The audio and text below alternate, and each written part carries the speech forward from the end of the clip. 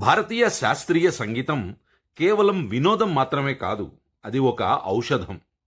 మన పూర్వీకులు అందించిన రాగ చికిత్స అనేది స్వరం, లయల ద్వారా శరీరాన్ని, మనసును పునరుజ్జీవింపజేసే ఒక ప్రాచీన వైద్య విధానం. ఈ విధానాన్నే ఆంగ్లంలో మ్యూజిక్ థెరపీ అంటున్నారు. సంగీతంలోని స్వరాలు, లయలు మన శరీరంలోని నాడీ వ్యవస్థపై, మనస్సుపై చూపే ప్రభావాన్ని ఆధారంగా చేసుకుని ఈ చికిత్స చేస్తారు. మన శరీరంలో దాదాపు 70% నీరు ఉంటుంది. సంగీతంలోని స్వరాల వల్ల కలిగే కంపనాలు మన శరీరంలోని కణాలను, రక్త ప్రసరణను, మెదడు తరంగాలను ప్రభావితం చేస్తాయి. భారతీయ శాస్త్రీయ సంగీతంలోని ఎన్నో రాగాలు ఉన్నాయి. ప్రతి రాగానికి ఒక ప్రత్యేక స్వభావం ఉంటుంది. అవన్నీ కూడా మనస్సును ప్రశాంతపరచడమే కాకుండా శారీరక వ్యాధులను, మానసిక వ్యాధులను కూడా నయం చేయటంలో కూడా ప్రభావవంతంగా పనిచేస్తాయని పరిశోధనలు పేర్కొంటున్నాయి. ప్రతి రాగంలోని స్వరాలు శరీరంలోని నిర్దిష్ట అవయవాలను ప్రభావితం చేస్తాయని నేషనల్ ఇన్స్టిట్యూట్ ఆఫ్ హెల్త్ వంటి సంస్థల అధ్యయనాలు సూచిస్తున్నాయి. ఆనందభైరవి, తోడి, అహిర్ భైరవ్ వంటి రాగాలు రక్తపోటును తగ్గించటంలో సహాయపడతాయి.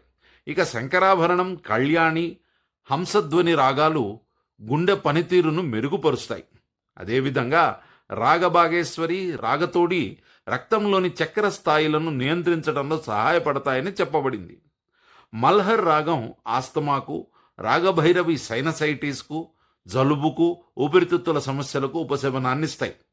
హిందూళంతో పాటు వసంత రాగం కీళ్ల నొప్పుల నివారణకు ఉపయోగపడతాయి.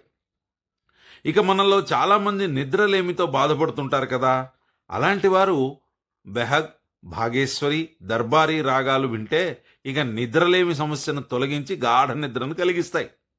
దర్బారీ, దేశ్, మధువంతి రాగాలను ఒత్తిడి లేదా ఆందోళనలో ఉన్నప్పుడు వింటే మనస్సును శాంతపరిచి మానసిక ఒత్తిడిని తగ్గిస్తాయి. హంసధ్వని, పీంపలాస్ రాగాలు ఏకాగ్రతను పెంచుతాయి. నీలంబరి లేదా సహన రాగాలు వింటే కోపం తగ్గుతుంది. బిలహరి లేదా మోహన రాగాలు మనసులో ధైర్యాన్ని, ఆశావాదాన్ని నింపుతాయి. ఉదయం వేళలో భూపాల రాగం వింటే రోజంతా ఉత్సాహంగా ఉంటాం. అదేవిధంగా మధ్యాహ్న సమయంలో సారంగ రాగాన్ని వింటే జీర్ణక్రియ మెరుగుపడుతుంది. గర్భిణీ స్త్రీలు నీలాంబరి లేక శ్యామకళ్యాణి రాగాన్ని వినటం వల్ల గర్భంలోని శిశువు మానసిక ఎదుగుదల బాగుంటుందని, పుట్టిన తర్వాత శిశువు ప్రశాంతంగా నిద్రపోతుందని పరిశోధనలు చెబుతున్నాయి.